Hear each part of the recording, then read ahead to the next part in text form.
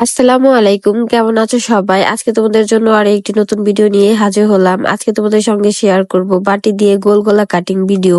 এর জন্য প্রথমে আমি এখানে একটা বাটি এবং 10 ইঞ্চি পরিমাণে লম্বা একটা বক্রম নিয়ে নিয়েছি। কিন্তু এই বক্রমের গলা লম্বা নিব এখানে 5 ইঞ্চি এবং নিচে এক্সট্রা 1 ইঞ্চি বেশি সেলাইয়ের জন্য নিয়েছি 6 ইঞ্চি।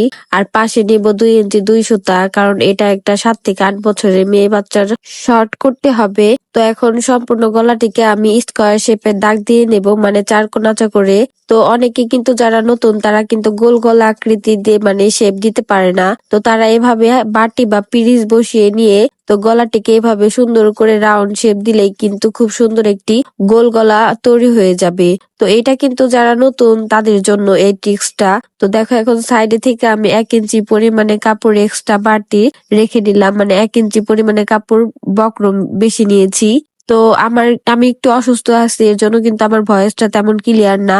এর জন্য আমি দুঃখিত, এবং আমি যে অসুস্থ এর জন্য তোমরা একটু প্লিজ দোয়া করো আমি যেন খুব দ্রুত সুস্থ হয়ে যেতে পারি। তো দেখো, এখন কিন্তু আমার নিচের সাইডে থেকে সামনের গলাটিকেও কিন্তু আমার কাটিং করা শেষ। তো এখন বাকি যে বক্রমটুকু আছে তো সেখান থেকে আমি পিছনের গলা কাটিং করে নেব। আমি কিন্তু এখানে টোটাল বক্রম লম্বা নেই হচ্ছে 10 ইঞ্চি করে। তো 10 ইঞ্চি বক্রম থেকে আমি দুইটি গলা বের করি, সামনের এবং পিছনের অংশ। তো দেখো, এখানে পাশে নিয়েছি আমি 2.5 ইঞ্চি এবং লম্বা নেব এখানে 3.5 ইঞ্চি। আর 3.5 ইঞ্চি থেকে গলা সেলাই করার পর আমার টিকবে 3 ইঞ্চি। তো পুরা সম্পূর্ণ গলাটিকে স্কোয়ার শেপে মানে 4 কোণাচা করে মিলিয়ে নিয়ে তারপরে বাটিটা সুন্দর করে বসিয়ে নিয়ে দাগ দিয়ে নেব। এরপর সাইডে থেকে 1 ইঞ্চি পরিমাণে এক্সট্রা বেশি নেব, সেটা হচ্ছে কাপড় বসিয়ে নিয়ে সেলাই করার জন্য। তোমরা যারা নতুন কাজ শিখতেছো বা শিখছো তো তাদের জন্য এই ভিডিওটা একটু হলেও উপকারে আসবে। তো আমি চেষ্টা করি তোমরা যেন কাজগুলো খুব সহজে বুঝতে পারো, সেজন্য তোমাদের সঙ্গে খুব সহজভাবে তুলে ধরার জন্য।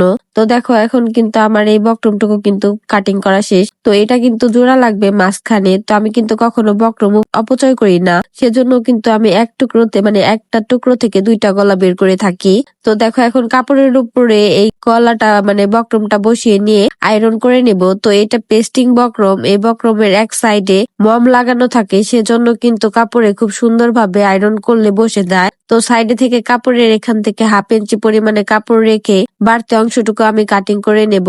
তো ঠিক একই নিয়মে আমি পিছনের পার্টটুকু আমি সুন্দর করে মাপ মতো বসিয়ে নিয়ে তারপরে কাপড় আয়রন করে নিয়ে এরপর 1/2 ইঞ্চি পরিমাণে কাপড় রেখে কাটিং করে নেব। তো তোমাদের কাছে আজকে এই ভিডিওটা কেমন লাগলো?